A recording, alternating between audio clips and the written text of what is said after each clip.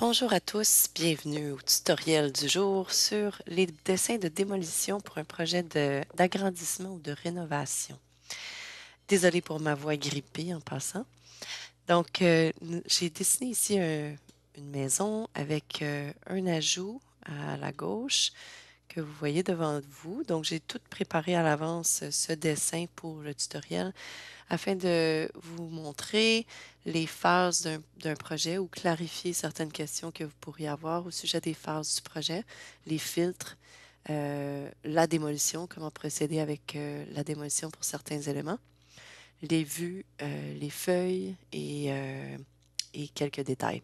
Donc, pour débuter, euh, j'aimerais vous faire remarquer que j'ai tout dessiné dans la même phase. Dans les propriétés à droite de mon dessin ici, de mon plan d'étage du rez-de-chaussée dans lequel je suis, au bas, vous allez voir dans les phases de construction, phase 1. Donc, j'ai simplement tout dessiné dans la phase 1, ce que certains d'entre vous font sûrement, et ensuite, on doit modifier les éléments. Vous pourriez dessiner dans la phase existante pour la partie existante et la nouvelle dans phase 1. Mais premièrement, j'ai débuté le dessin dans un gabarit de construction, donc je vais aller modifier là, les phases par défaut qui avaient été, qui sont venues avec le, le dessin. Donc, dans Gérer les phases de construction, on retrouve les phases par défaut qui sont venues avec le gabarit. La phase 3, je ne l'ai pas utilisée. Dans le fond, j'ai tout dessiné sur la phase 1. Puis, j'ai pas besoin de toutes ces phases-là parce que j'ai vraiment juste deux moments dans le temps où je prévois avoir construit. Donc, on voit les phases comme étant des moments dans le temps où on a fait de la construction. À ce moment-là, ici, je n'aurai pas 5 phases dans mon petit projet résidentiel. Donc, je vais combiner, étant donné qu'on ne peut pas supprimer une phase parce que si jamais il y avait eu des objets dessinés sur cette phase-là, il fallait qu'elle se retrouve dans une autre phase. Donc, on peut seulement combiner avec une phase précédente. Puis, je vais simplement toutes les combiner. Puis ici, je vais renommer cette phase ici comme étant l'agrandissement. Et c'est le moment où on va faire la construction de l'agrandissement qu'on va faire de la démolition. Donc, c'est sûr qu'il va y avoir la démolition et la nouvelle partie, disons, qui vont faire partie de cette phase de construction. L'existant, on pourrait dire, bon, l'existant avec une date, là, construite, existante et construit en 2017. Voilà. Donc, ces deux phases sont des moments dans le temps où je fais de la construction et je vais simplement faire appliquer. Maintenant, il y a un deuxième onglet qui s'appelle le filtre des phases. Ici, dépendamment du gabarit dans lequel vous êtes parti, vous allez voir différents scénarios de visibilité d'éléments. Alors, tout ce que ça veut dire, c'est que dans un filtre qui se retrouve au bas ici, filtre des phases, vous allez voir plusieurs filtres qui vous permettent de voir différents éléments de votre projet. Quand vous allez voir nouveau, existant, démoli et temporaire même, si cela est le cas pour votre projet, si vous avez des installations temporaires, par exemple. Et pour le, il y a trois options, donc par catégorie, remplacé ou non affiché. On peut voir que dans composant existant et démoli, le nouveau n'est pas affiché parce qu'on veut simplement montrer des plans de démolition à ce moment-là avec de l'existant. Donc, l'existant, on dit remplacer. Remplacer, qu'est-ce que ça veut dire remplacer? C'est que plutôt que d'utiliser la visibilité des éléments de votre plan d'étage, à ce moment-là, ils vont remplacer la visibilité des éléments avec les remplacements de graphisme qui sont dans le troisième onglet ici. Donc, si vous voulez modifier la façon que les éléments s'affichent pour les différentes phases ou la démolition, vous pouvez le faire ici. Et ici, vous pouvez indiquer si vous voulez qu'il s'affiche ou pas. Puis si c'est par catégorie, par exemple, c'est que c'est simplement les remplacements de visibilité de la vue dans laquelle vous êtes qui vont apparaître. Et parfois, on veut pouvoir représenter une image complétée à la fin de la construction euh, sans pouvoir distinguer dans cette image-là peut-être une image de rendu qu'on mettra sur la page titre des plans de construction, par exemple. À ce moment-là, on pourra avoir tous des éléments par catégorie et se créer une vue distincte pour ça. Bref, si vous n'avez pas des filtres qui représentent ce que vous voulez montrer dans votre dessin, vous pouvez toujours en créer un nouveau. Là, je vais simplement l'appeler test pour l'instant et identifier si vous voulez que la nouvelle partie de construction apparaisse selon les visibilités de votre vue ou bien selon les remplacements de graphismes qui sont identifiés. Et voilà. Donc, vous pourriez ne pas montrer la démolition aussi, comme dans composants terminés, par exemple. C'est simplement par catégorie, nouveau et existant, puis le démoli n'apparaît pas. Donc, voilà. Je fais OK.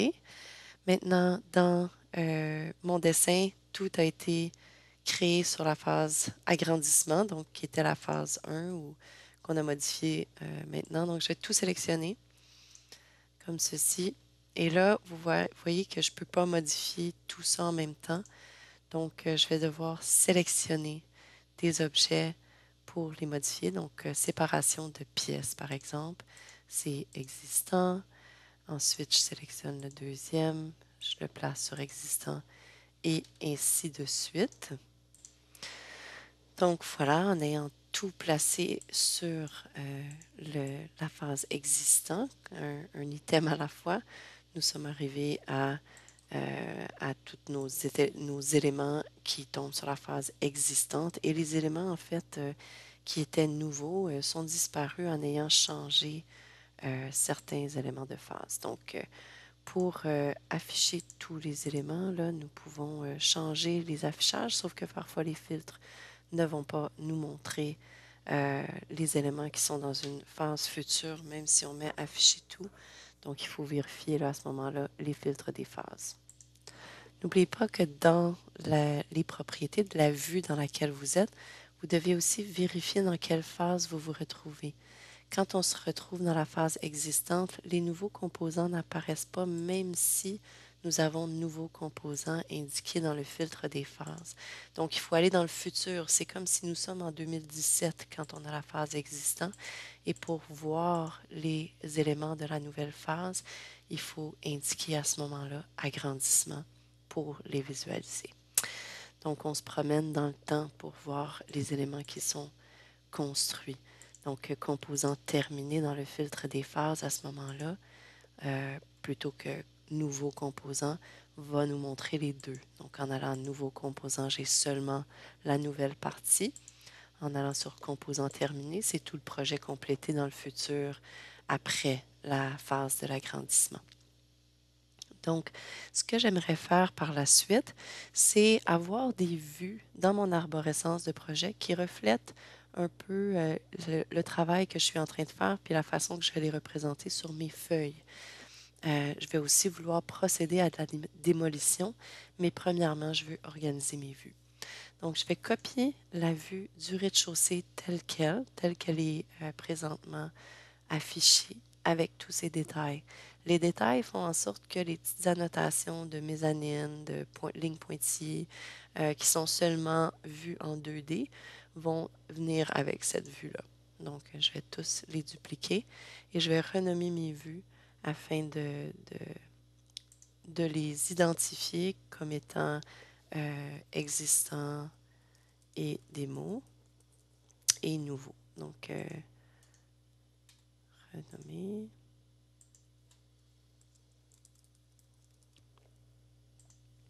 À ce moment-là, je peux me promener entre les deux vues. On se souvient que tous les éléments restent toujours en 3D.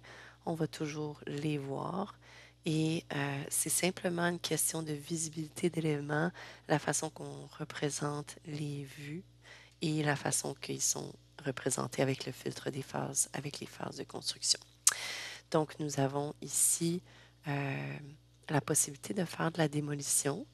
J'aimerais noter qu'il y en a peut-être qui connaissent le petit marteau qui est ici dans Modifier, démolir.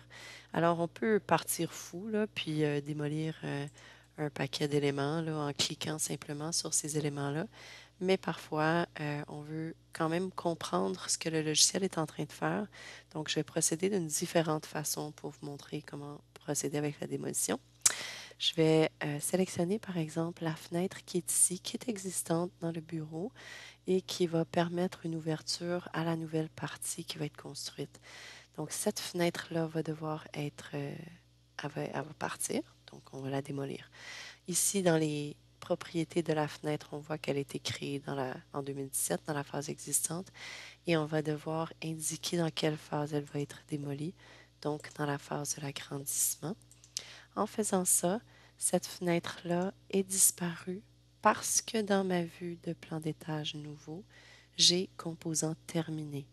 Alors, tant que je n'aurai pas inséré une nouvelle porte ici, on voit que c'est comme une section de mur qui est identifiée parce que ce mur-là, c'est un nouveau mur à construire selon le logiciel. Donc, si je veux insérer une nouvelle porte, à ce moment-là, je vais devoir sélectionner une porte intérieure. Je vais y aller avec une porte simple que je vais insérer ici, comme ça. Et à ce moment-là, le logiciel indique cette nouvelle porte à construire plutôt qu'un mur. Euh, si je change mon filtre des phases à composants existants et démolis, ce que je devrais voir, c'est simplement la fenêtre en démolition, en pointillé, comme ça. Donc ici, je suis dans ma vue nouveau. Alors, je veux faire composants existants et nouveaux pour voir comment la nouvelle partie se joint à l'ancienne. Et on voit qu'avec le filtre des phases, la partie ancienne est plus pâle, elle est moins prononcée, disons, que la nouvelle partie. Si vous ne voyez pas de composition de mur ou quoi que ce soit, c'est simplement parce que votre niveau de détail est faible ou moyen. Donc, vous pouvez l'augmenter à élevé, mais la partie existante ne devrait pas montrer le niveau de détail, étant donné qu'on ne veut pas voir la composition des murs qui sont déjà construits, à moins qu'on les modifie.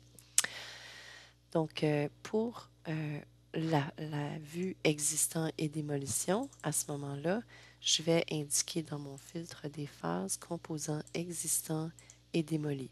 Et là, remarquez que je suis dans la phase agrandissement, toujours parce que je suis dans le temps, je suis dans la phase de l'agrandissement où on va y retrouver de la démolition. Maintenant, je pourrais démolir d'autres murs si je le désire. Je pourrais démolir des portes. Donc, juste par exemple, si je veux démolir ces deux éléments-là, je peux les changer à une phase de démolition, agrandissement pour les retrouver. Là, on me donne un indicateur que la pièce va être modifiée parce que j'avais une chambre qui calculait que c'était en démolissant le mur, les deux pièces se chevauchent. Donc, il faudrait que j'enlève une de ces deux-là qui maintenant a reconnu qu'elle devait prendre tout cet espace-là. Donc voilà, vous avez un petit aperçu là. Ici, je peux simplement enlever cette mezzanine, cette indication de mezzanine-là parce qu'elle se retrouve dans le nouveau où je l'ai besoin. Et j'ai maintenant mes deux vues. Une qui représente l'existant et la démolition qui est à faire dans mon projet de rénovation et la nouvelle partie, donc l'agrandissement avec sa nouvelle porte où était l'ancienne ouverture de la fenêtre. Maintenant, certainement, je vais devoir représenter le tout sur des feuilles de mon projet. Donc, nous allons procéder à insérer des feuilles par l'entremise de l'onglet Vue avec composition de feuilles, le petit bouton de nouvelle feuille. Et nous allons choisir le format nécessaire. Si vous n'avez pas de format, vous allez devoir en charger. Vous avez des cartouches ici qui se retrouvent dans vos bibliothèques avec tous les formats. Donc, si je veux un A2, par exemple, je vais pouvoir insérer ce format dans mon projet. Les feuilles se retrouvent sans nom jusqu'à ce qu'on les renomme ici. Donc, vous allez certainement avoir plusieurs feuilles. C'est toujours bon de réfléchir à tous les dessins de votre projet à l'avance. Comme ça, on est comme en train de prévoir la fin du projet quand tous les dessins vont être montés, puis on a un meilleur guide à ce moment-là sur tous les dessins à produire. Donc, nous aurons sûrement une page titre. Et là, je vais en créer plusieurs.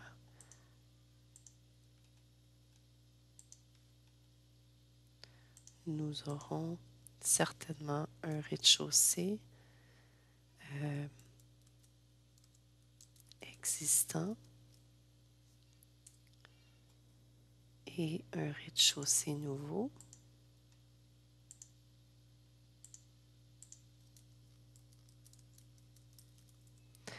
Voilà, j'ai mis un petit trait d'union.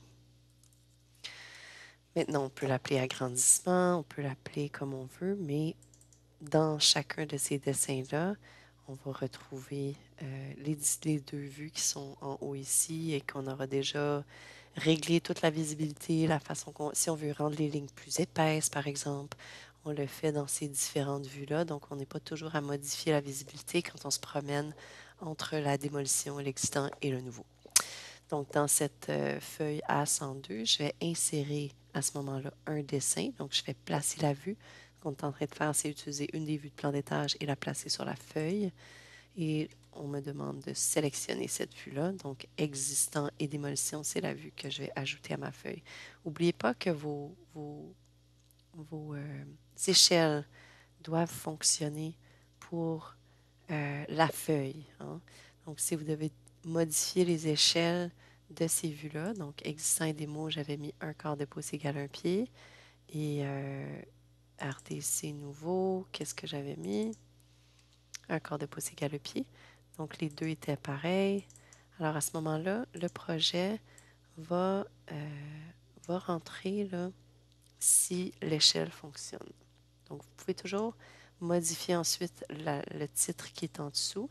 Par contre, si vos axes dépassent comme ceci, vous devez retourner dans votre dessin. Et là, on voit bien hein, que la feuille ne pourra pas... ben, en tout cas, on va ajuster nos axes pour voir si on va être capable de rentrer sur une seule feuille. Et là, n'oubliez pas que vous aurez des cotes. Le dessin n'est pas fini, donc il faut toujours faire cet exercice au début pour ne pas tout modifier les dessins une fois rendu plus loin dans le projet. Alors ici, on va voir si on est en mesure. Oui, ça devrait fonctionner. Donc, on va être en mesure de rentrer sur A2, notre projet. OK. Voilà. Maintenant, les petites bulles d'élévation, gros avertissement.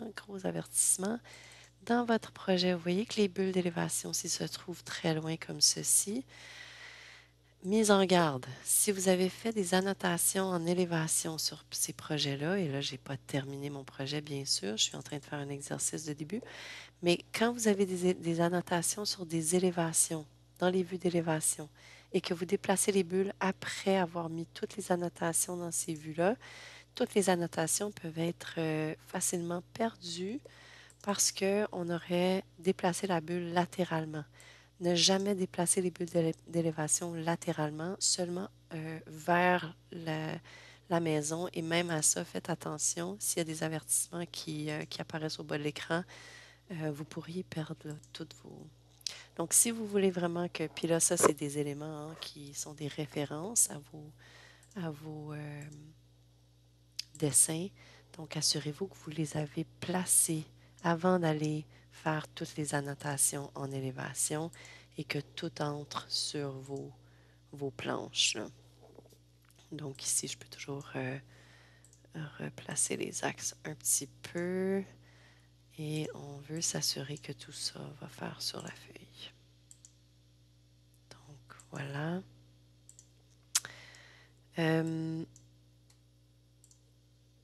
Si jamais vous avez des avertissements, assurez-vous de vérifier. Bon, je reviens ici. On va voir si tout fonctionne.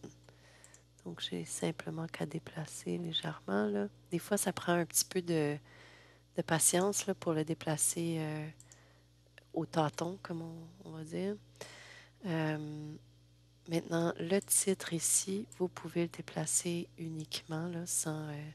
et là, c'est surprenant, mais la ligne ne peut pas être ajustée. Il faut retourner, cliquer sur le dessin pour être capable d'ajuster la ligne. Bon. Voilà. Donc, le projet est sur la feuille, c'est la vue RDC existant et démolition. Maintenant, dans Nouveau, nous aurons à placer la même chose. Et là, vous voyez que en ayant fait tout le déplacement des axes et des vues dans Existant et Nouveau, automatiquement, il devrait se faire dans la vue qui est copiée parce que c'est les mêmes bulles et les mêmes axes, hein. Au fond, ils sont liés dans les deux vues. Donc, dans Nouveau, je vais pouvoir insérer ma feuille avec le Nouveau. Et là, on voit que déjà, le cadrage est ajusté pas mal plus à ma feuille, là. Donc, ça va être plus simple d'insérer. Et comme ça, je vais pouvoir cliquer sur mon petit titre ici. Oups. Je clique à côté, je clique sur le petit titre et là, il va me laisser le déplacer tout seul. Pour ensuite ajuster la ligne, je reclique sur la vue. Voilà. Donc, c'était la leçon du jour. Vous pouvez aussi renommer vos pages si vous le désirez. Et en le renommant ici, ça le fait sur la feuille. En le renommant là, ça le fait dans la vue, dans la feuille, dans la liste. Donc, n'hésitez pas si vous avez des questions. Euh, et vous avez aussi à répéter l'exercice des vues si vous avez un sous-sol. Donc, existant des mots nouveaux, copier les vues. Même chose avec les élévations. Lorsque vous avez de la démolition en élévation, vous allez devoir l'indiquer. Si vous avez des parties de toiture à démolir, c'est mieux de le faire en élévation, simplement en allant sur l'onglet Annoter et insérer des zones. Donc, je peux toujours indiquer sur n'importe quelle vue, je peux toujours créer des zones d'hachure, des zones de masquage. Les zones de pochage, ce sont des hachures, comme dans AutoCAD finalement. Et vous pouvez ensuite insérer par ligne ou par rectangle des zones de pochage qui, une fois le crochet terminé, là, vont apparaître comme l'hachure que vous avez sélectionnée. Comme ça, vous pouvez indiquer la démolition à partir de votre légende, là, de cette façon-là, pour certaines parties que vous aimeriez démolir. Euh, Aussi, si ce sont simplement des petites sections de murs, comme par exemple, vous allez couper un mur à l'aide de scinder l'élément, c'est tout simplement. Disons que je veux créer une démolition ici pour une partie de mur. Mais je suis venue scinder le mur en deux sections. Je vais sélectionner la section de mur, puis je vais venir indiquer une phase de démolition à ce moment-là. Là, ça fait en sorte qu'elle disparaît parce que je suis dans ma vue nouveau. Mais si je retourne dans ma vue existant et démolition, là, je vais voir ma section de mur ici qui est à démolir. Donc, n'oubliez pas que vous pouvez aussi jouer avec les échelles d'annotation. Il y a d'autres tutoriels à ce sujet-là sur le channel YouTube. Alors, n'hésitez pas si vous avez des questions. Merci beaucoup et je vous souhaite une excellente journée.